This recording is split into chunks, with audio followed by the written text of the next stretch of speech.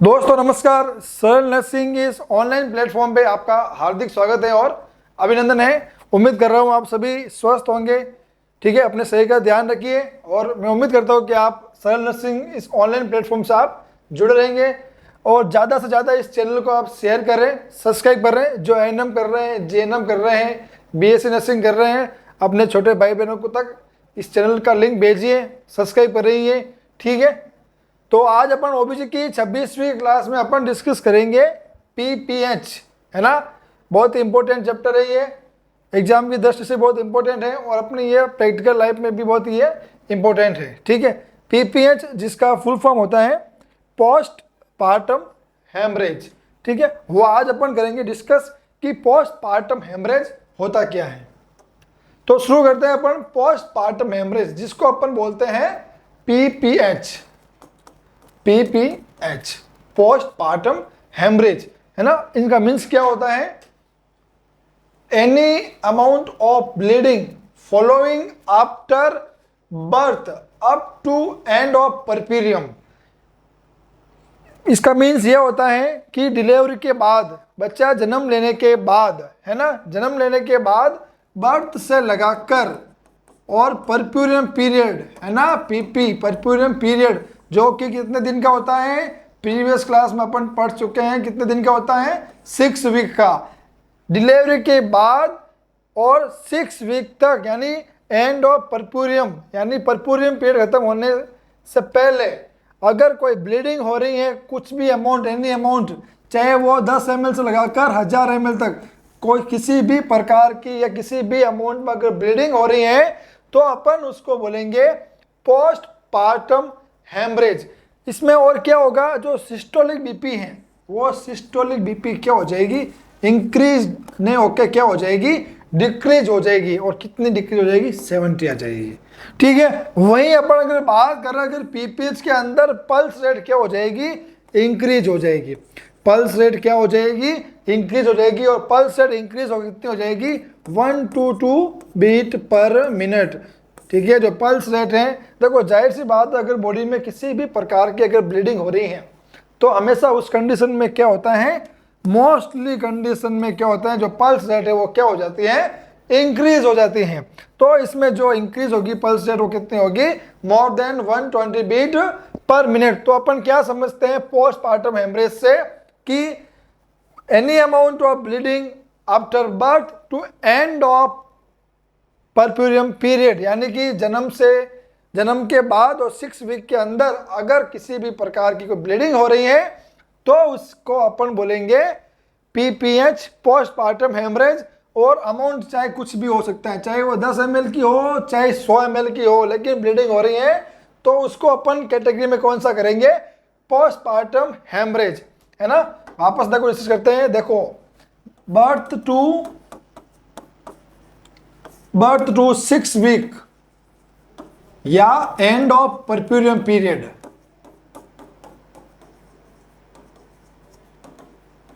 ठीक है, और जो ब्लीडिंग का जो अमाउंट होगा वो कितना भी हो सकता है, एनी अमाउंट, फिक्स नहीं है।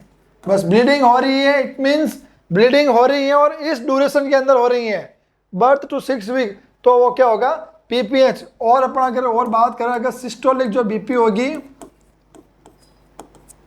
वो क्या होगी? डिक्रीज हो जाएगी। कितनी हो जाएगी?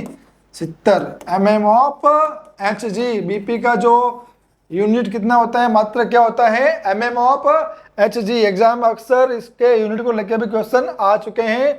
ठीक है, वहीं अगर अपन पल्स रेट की बात करें, पीआर की बात करें, धड़कन की बात करें, ठीक है, तो कितना होगा? वो कितना हो जाएगा? इंक्रीज हो जाएगा। इंक्रीज होकर कितना हो जाएगा? 120 बीट पर मिनट। ठीक है, ये है अपना पीपीएच। इनको अपन क्या बोलेंगे? पीपीएच। अब अपन डिस्कस करते हैं पीपीएच को कितने भागों में बांटा है। तो पीपीएच को अपन ने 2 भागों में अलग अलग अकॉर्डिंग टू 2 भागों में बांटा है। जो पहला भाग है वो है अकॉर्डिंग टू ब्लड लॉस, कि ब्लड लॉस के आधार पर कितने भागों में बांटा है। और उसके बाद में अपन पढ़ेंगे अकॉर्डिंग टू ड्यूरेशन, यानी ड्यूरेशन के आधार पर ड्यूरेशन ऑफ ब्लीडिंग, मतलब ड्यूरेशन के आधार पर कितने भागों में बांटा है। ठीक है, तो अपन इसके दो भाग पढ़ेंगे। दो भागों में पहला भाग है अपना अकॉर्डिंग टू ब्लड लॉस, यानी कि ब्लड लॉस के आधार पर कितने भागों में बांटा है। तो ब्लड लॉस के आधार पर 3 भागों में बांटा है। कितने भागों में बांटा है? 3 भागों में, माइल्ड, मॉडरेट, सीवियर, है ना। क्या है? माइल्ड पीपीएच, मॉडरेट पीपीएच और severe PPH. PPH means postpartum haemorrhage. ठीक है, पोस्टपार्टम हेमरेज। अब वही अपन बात करते हैं माइल्ड पीपीएच कितना होगा? 500 ml से लगाकर 1000 ml। अगर इसके बीच में अगर ब्लड लॉस हो रहा है तो उसे अपन माइल्ड बोलेंगे, और अगर 1000 से लगाकर 2000 ml ब्लड लॉस हो रहा है तो उसे अपन बोलेंगे मॉडरेट पीपीएच, और अगर सीवियर पीपीएच यानी ग्रेटर देन 2000 ml। ठीक है, देखो वापस समझाता हूं मैं आपको। अपन ने जो भाग कितने भागों में डिवाइड किया? अपन ने 3 भागों में। किसके बेसिस पे? According to blood loss. Blood loss के बेसिस पे पीपीएच को अपन ने 3 भागों में डिवाइड किया है। जो पहला भाग है वो है माइल्ड पीपीएच, जिसमें जो ब्लड लॉस होगा कितना होगा? 500 ml से लगाकर 1000 ml, यानी अगर 600 ml 700 ml ब्लड लॉस हो रहा है पीपीएच के दौरान तो वो किस में आएगा? माइल्ड कैटेगरी में आएगा। वहीं अगर मॉडरेट पीपीएच ब्लड लॉस कितना हो रहा है? 1000 से लगाकर 2000 ml के बीच, यानी 1100, 1200, 1300, है ना, 1600, 1900, कितना भी अगर 1000 से ज़्यादा और 2000 से कम अगर हो रहा है तो अपन उसको मॉडरेट पीपीएच की कैटेगरी में विभाजित करेंगे। वहीं अपन अगर बात करें सीवियर पीपीएच, सीवियर पीपीएच में क्या हो रहा है? जो ब्लड लॉस होगा वो कितना होगा? ग्रेटर देन 2000 ml, यानी 2000 ml से अगर ज़्यादा ब्लड लॉस हो रहा है तो वो कहलाएगा अपना सीवियर पीपीएच। तो ये जो बेसिस था वो अकॉर्डिंग टू ब्लड लॉस, है ना। ब्लड लॉस के आधार पर पीपीएच को 3 भागों में बांटा है, mild PPH, moderate PPH, severe PPH. Mild PPH 500 ml से लगाकर 1000 ml, मॉडरेट पीपीएच 1000 ml से लगाकर 2000 ml, और सीवियर पीपीएच 2000 ml से ज़्यादा। ठीक है, वहीं अपन अगर बात करें अगला अपना जो बेसिस है वो है according to duration of time bleeding, यानी पीपीएच को एक और बेसिस पे डिवाइड किया है। किसके बेसिस में? ड्यूरेशन ऑफ टाइम ब्लीडिंग, यानी समय के आधार पर कितने समय तक या किस समय कौन सी ब्लीडिंग होगी उसके आधार पर अपन ने पीपीएच को भी डिवाइड किया है। तो 2 भागों में बांटा है। पहला है प्राइमरी पीपीएच, ठीक है, और दूसरा है अपना सेकेंडरी पीपीएच। वहीं अपन अगर बात करें प्राइमरी पीपीएच को अगेन अपन ने 2 भागों में डिवाइड किया है, थर्ड स्टेज पीपीएच और दूसरा है अपना ट्रू पीपीएच। क्या समझे आप कि according to time of bleeding PPH को अपन ने 2 भागों में बांटा है। पहला है प्राइमरी पीपीएच, दूसरा है सेकेंडरी पीपीएच। वही अगर अपन बात करें प्राइमरी पीपीएच को वापस अपन ने 2 भागों में बांटा है, थर्ड स्टेज पीपीएच। कौन सी स्टेज? Third stage. कौन सी स्टेज? Third stage. किसकी वाली? लेबर वाली। थर्ड स्टेज पीपीएच, और दूसरा अपना है ट्रू पीपीएच। ठीक है, अब अपन डिस्कस करते हैं कि प्राइमरी पीपीएच और सेकेंडरी पीपीएच क्या है। तो प्राइमरी पीपीएच क्या है वो अपन करते हैं डिस्कस कि प्राइमरी पीपीएच में क्या हो रहा है। प्राइमरी पीपीएच में ब्लीडिंग विद इन 24 आवर्स, जो ब्लीडिंग हो रही है, देखो अपन क्या पढ़ रहे हैं? ड्यूरेशन ऑफ ब्लीडिंग, मतलब समय की अवधि के आधार पर ब्लीडिंग के बारे में अपन कर रहे हैं डिस्कस। तो प्राइमरी पीपीएच में क्या हो रहा है? ब्लीडिंग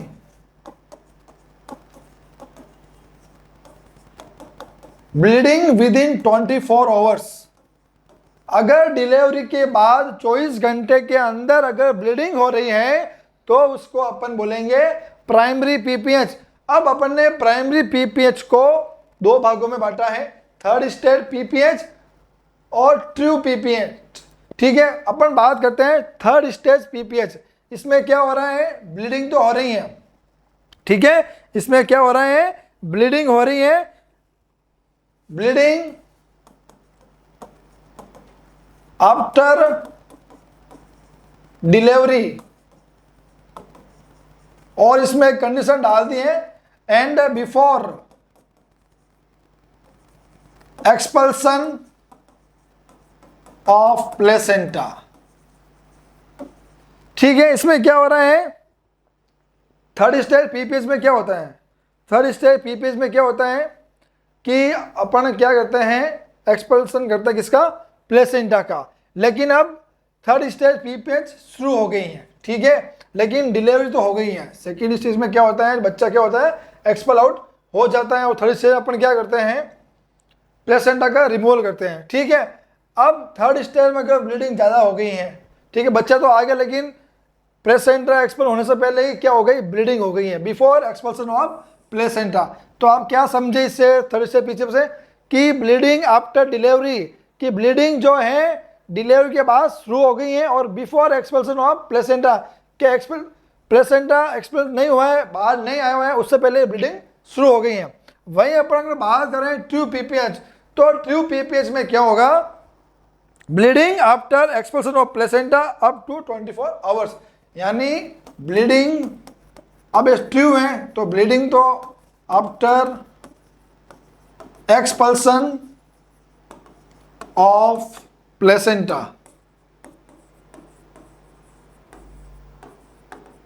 प्लेसेंटा, ठीक है, आप within 24 hours, within 24 hours.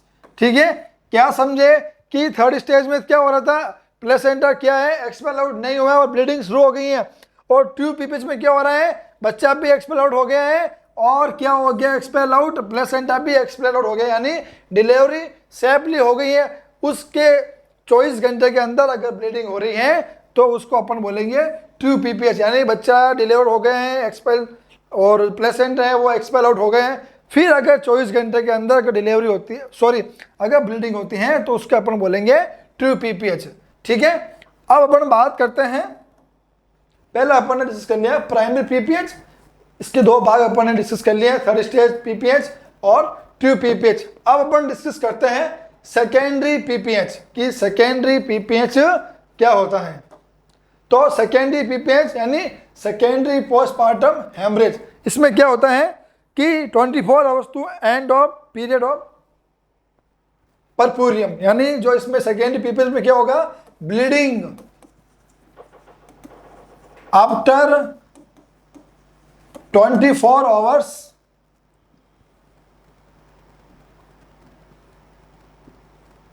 bleeding after 24 hours to end of puerperium period.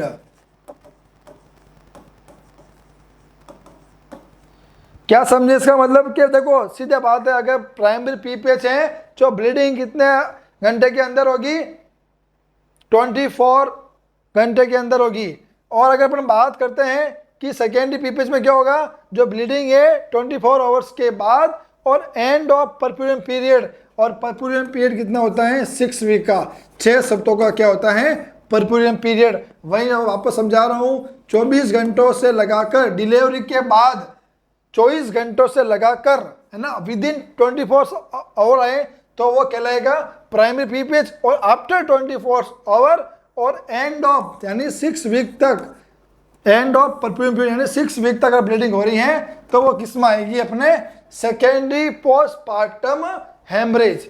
ठीक है, अब अपन बात करते हैं, जो पीपीएच है is leading cause of MMR, है ना, जो पीपीएच क्या है, इसका जो क्या एमएमआर का जो लीडिंग कॉज कौन सा है, पीपीएच है। एमएमआर क्या होती है, मैटरनल मोर्टेलिटी रेट। ठीक है, और मैटरनल मोर्टेलिटी रेट मोस्टली किस पीरियड में होती है, 28 week to 7 days after birth. अब यहाँ पर जो 28 वीक है वो कौन से हो जाएंगे, अपने गेस्टेशन एज वाले,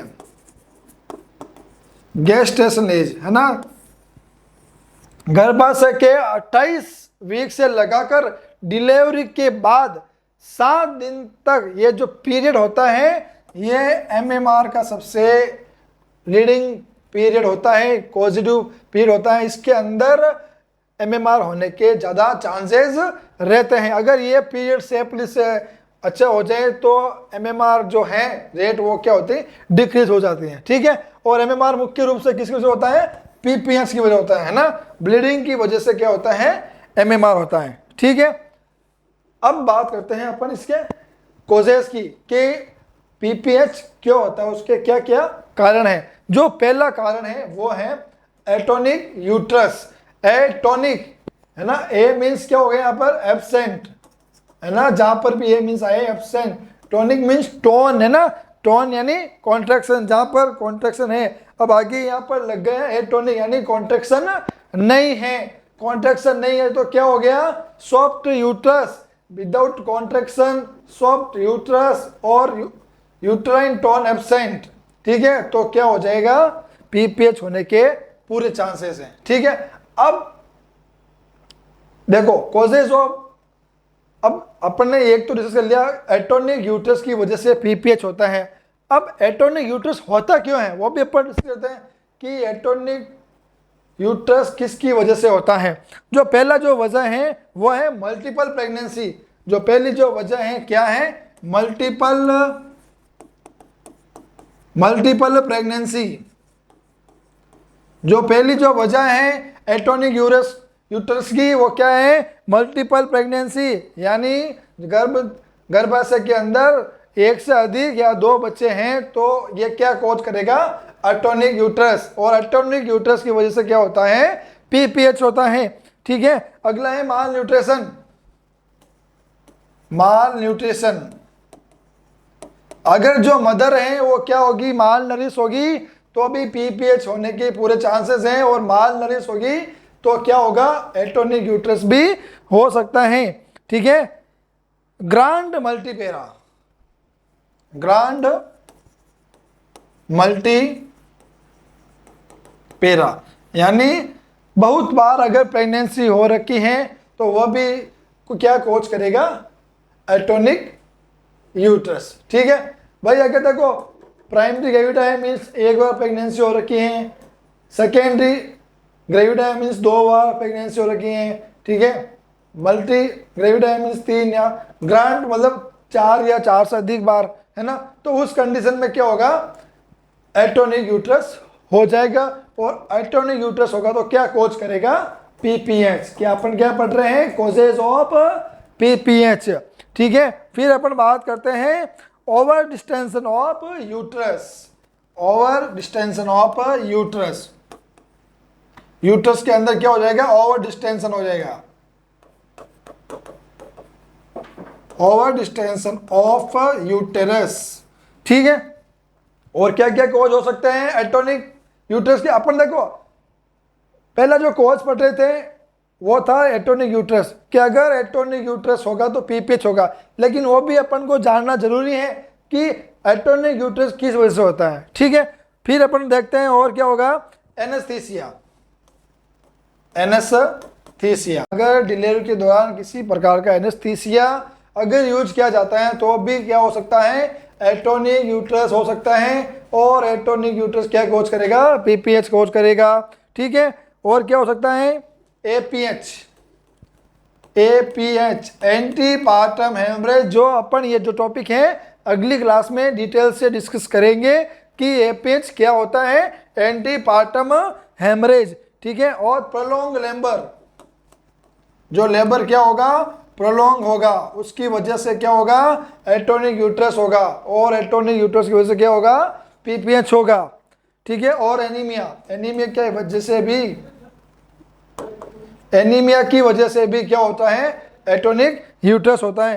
तो ये जो जितने भी कॉजेज हैं, मल्टीपल प्रेगनेंसी हो गया, माल न्यूट्रिशन हो गया, ग्रांड मल्टीपेरा हो गया, ओवर डिस्टेंशन ऑफ यूट्रस हो गया, एनेस्थीसिया हो गया, एपीएच हो गया, प्रोलॉन्ग लेबर हो गया, एनीमिया हो गया, all they are cause of atonic uterus and atonic uterus cause of postpartum haemorrhage.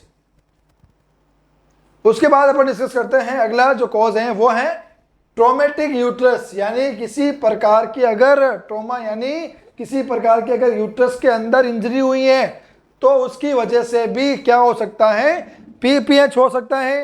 अब आप दिमाग लगाइए, अपना दिमाग के घोड़े चलाइए कि यूट्रस के अंदर किस प्रकार इंजरी हो सकती है।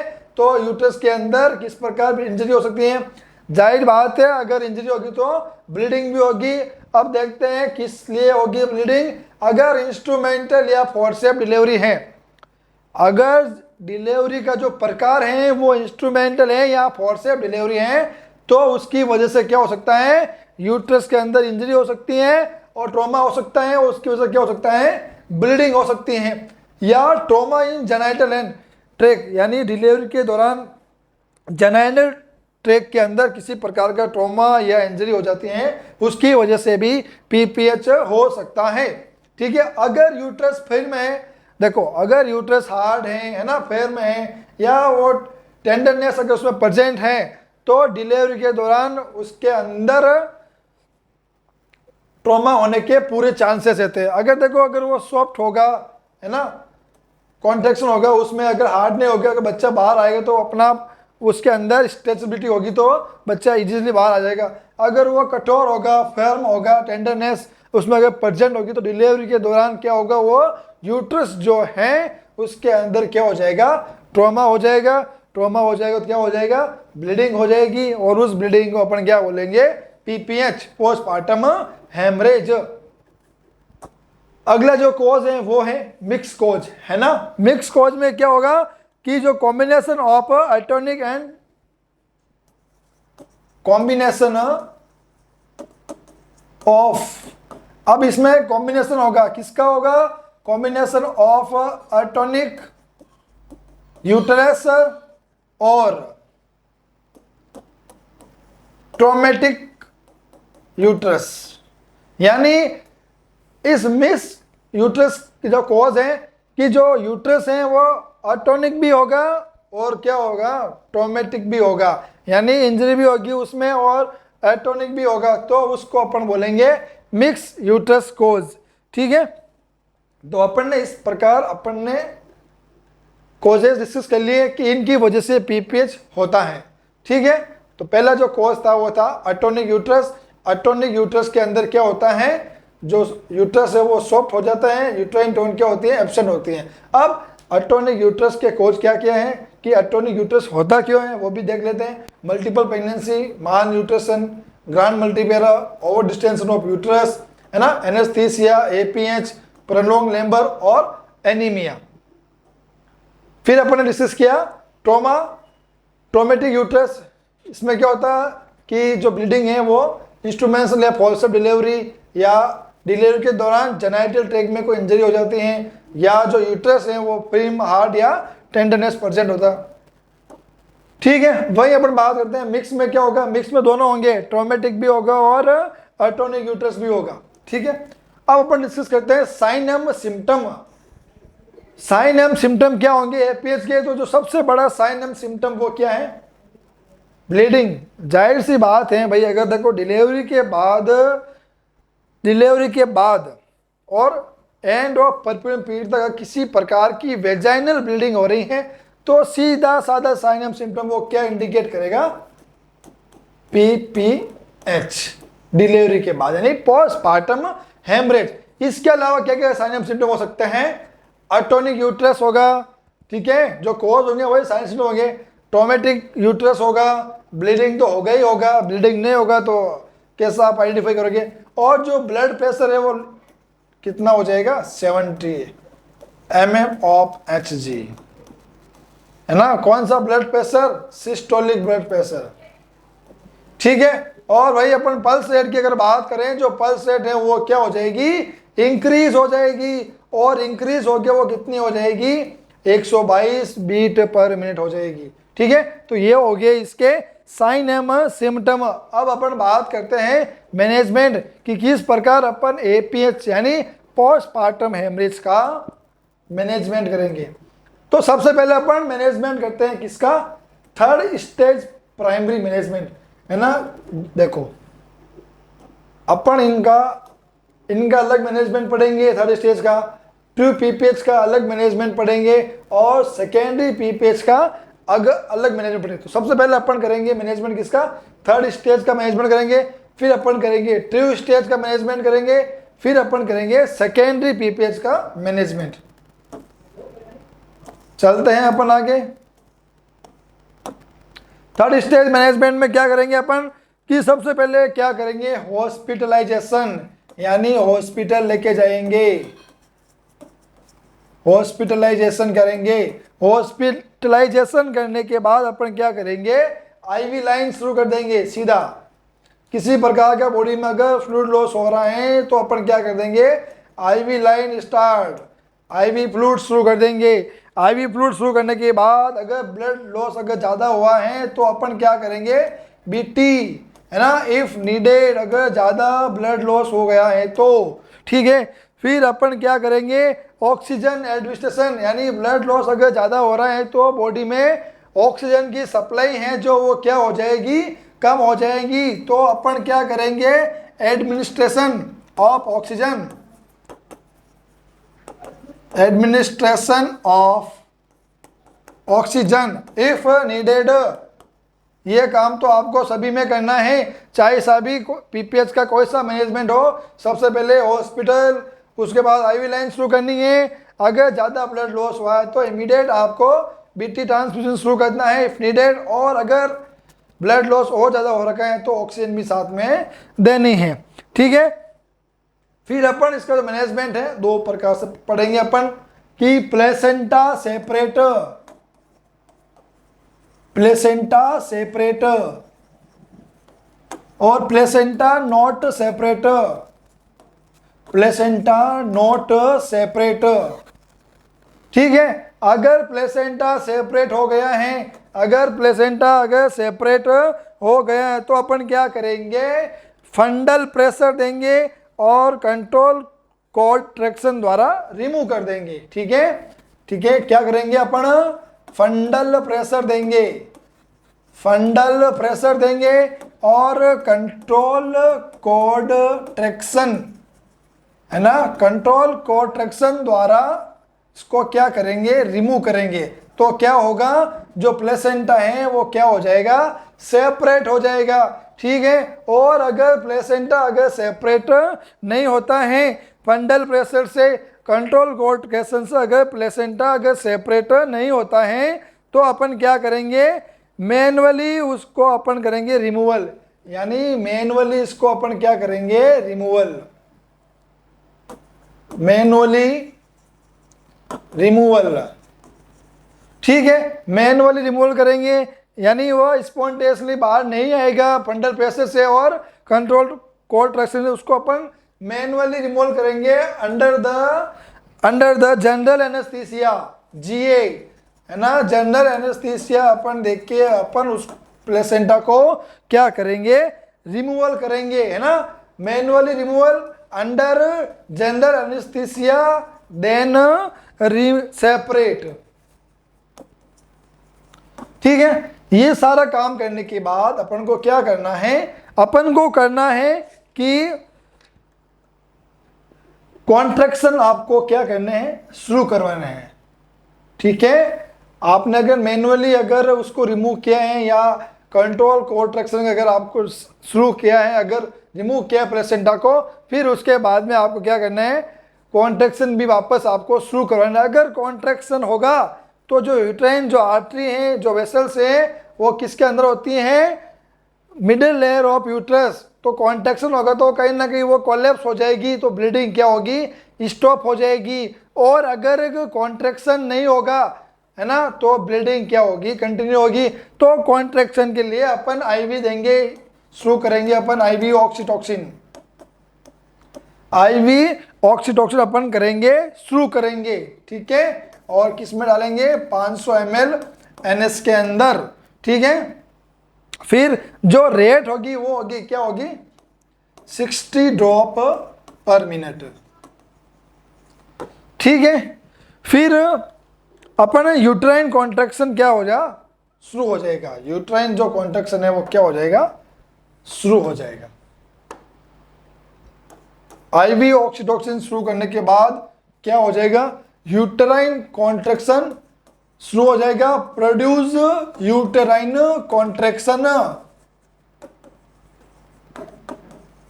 जो यूटेराइन कॉन्ट्रैक्शन है वो क्या हो जाएगा, प्रोड्यूस हो जाएगा, शुरू हो जाएगा, ठीक है। और क्या होगा, कॉन्ट्रैक्शन जैसे ही शुरू होगा, जैसा अभी मैंने आपको बताया, जो यूटेराइन आर्टरी है वो क्या हो जाएगी, कंप्रेस्ड हो जाएगी, यानी कोलैप्स हो जाएगी। यूटेराइन आर्टरी कंप्रेस, और जैसे ही यूटेराइन आर्टरी कंप्रेस होती हैं तो क्या हो जाएगा, जो ब्लीडिंग है वो क्या हो जाएगा, स्टॉप हो जाएगा। जो ब्लीडिंग है वो क्या हो जाएगा, स्टॉप हो जाएगा। इतना सा मैनेजमेंट है, ठीक है, इसमें कोई रॉकेट साइंस नहीं है। वापस समझा रहा हूं, कोई सा भी पीपीएच है, किसी भी लेवल का पीपीएच है, सबसे पहले क्या करना है, हॉस्पिटलाइजेशन करना है, जाते ही आईवी लाइन स्टार्ट करनी है। अगर ब्लड लॉस अगर ज़्यादा हो रखा है तो बीटी ब्लड ट्रांसफ्यूजन शुरू करना है इफ़ नीडेड। फिर एडमिनिस्ट्रेशन, भाई जाहिर सी बात है, अगर ब्लड लॉस ज़्यादा होगा तो बॉडी के अंदर ऑक्सीजन की मात्रा में कमी आ जाएगी, है ना। ब्लड का जो मेन फंक्शन क्या है, बॉडी के अंदर ऑक्सीजन कैरी करना, और अगर बॉडी के अंदर ब्लड ही नहीं होगा तो बॉडी को प्रॉपर रूप से ऑक्सीजन भी नहीं मिलेगी। इसलिए क्या करना है, ऑक्सीजन एडमिनिस्ट्रेशन, है ना, इफ नीडेड। ये करने के बाद आपको क्या करना है, प्लेसेंटा को सेपरेट करना है, ठीक है। पहले तो अपन करेंगे फंडल प्रेशर और कंट्रोल कॉन्ट्रैक्शन अगर रिमूव हो रहे हैं तो बहुत ही बढ़िया बात है, ठीक है। और फिर भी अगर रिमूव नहीं हो रहा है तो उसको अपन मैनुअली रिमूव करेंगे एनेस्थीसिया लगा के, फिंगरिंग करके, ठीक है। सेपरेट होने के बाद अपन कॉन्ट्रैक्शन शुरू करवाएंगे, कहाँ पर, यूट्रस के अंदर। क्या देंगे, आईवी ऑक्सीटोसिन देंगे, किसमें, 500 ml NS में 100 ड्रॉप पर मिनट, ठीक है। यह करने के बाद प्रोड्यूस यूटेराइन कॉन्ट्रैक्शन शुरू हो जाएगा। फिर यूटेराइन जो कॉन्ट्रैक्शन से यूटेराइन आर्ट से क्या हो जाएगी, कंप्रेस हो जाएगी। कंप्रेस जैसे ही होगी, जो ब्लीडिंग है वो क्या होगी, स्टॉप हो जाएगी, ठीक है। अगला मैनेजमेंट अपन पढ़ते हैं ट्रू पीपीएच मैनेजमेंट, यानी ट्रू पीपीएच मैनेजमेंट है वो क्या होता है, ठीक है। देखो अपन ने थर्ड स्टेज का मैनेजमेंट पढ़ लिया, अब अपन पढ़ रहे हैं ट्रू पीपीएच, है ना, प्राइमरी ट्रू पीपीएच का मैनेजमेंट पढ़ रहे हैं अपन। प्राइमरी के अंदर जो सेकंड पार्ट है वो है ट्रू पीपीएच मैनेजमेंट पढ़ रहे अपन। सबसे पहले हॉस्पिटल, फिर आईवी लाइन शुरू कर देंगे, वाइटल साइन चेक करेंगे, वाइटल साइन भी चेक करने हैं, ठीक है। वाइटल साइन चेक करने के बाद ब्लड ट्रांसफ्यूजन इफ नीडेड, फिर अपन क्या कर देंगे, ऑक्सीजन एडमिशन भी करेंगे, ठीक है। ये तो करना ही है।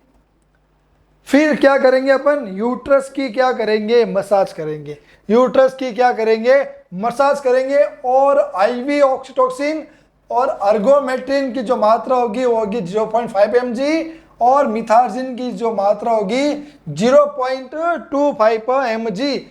ये करने के बाद भी अगर ब्लीडिंग अगर बंद नहीं हो रही है, इफ ब्लीडिंग कंटिन्यू, के इतना सारा करने के बाद भी ब्लीडिंग नहीं हो रही है, तो अपन मिजोपोस्टल देंगे 1000 mg सपोजिटर के रूप में, सपोजिटर के रूप में अपन मिजोपोस्टल देंगे 1000 mg। फिर भी अगर ब्लीडिंग शुरू है, कंटिन्यू ब्लीडिंग है, अभी अगर ब्लीडिंग शुरू है, तो अपन यूटेराइन टेम्पोनेट और मैनुअली कंप्रेशन करेंगे, ठीक है। ये करने के बाद अपन क्या करेंगे, टाइट पैकिंग कर देंगे, कहाँ पर, जेनाइटल ट्रैक के विथ गोज पीस, यानी जेनाइटल ट्रैक के साथ अपन गोज पीस के द्वारा अपन टाइट पैकिंग कर देंगे।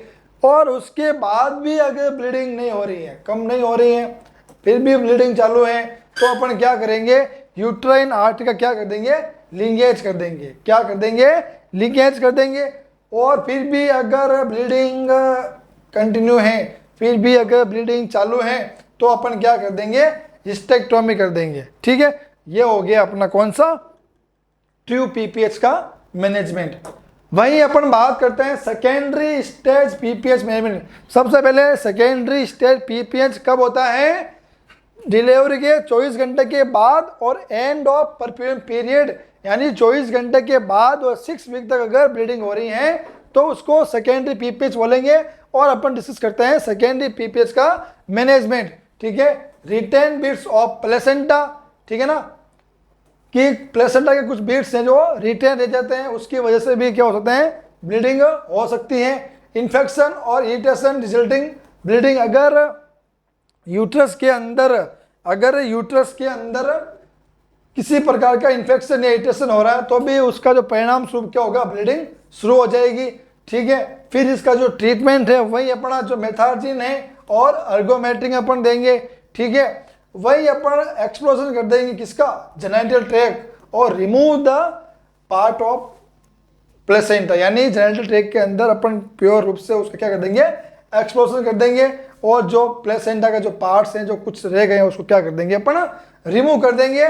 Then foot elevate position, foot को अपन क्या कर देंगे, ऊपर कर देंगे, एलिवेट कर देंगे। तो इस प्रकार अपन ने सेकेंडरी स्टेट पीपीएच मैनेज भी डिस्कस कर लिया।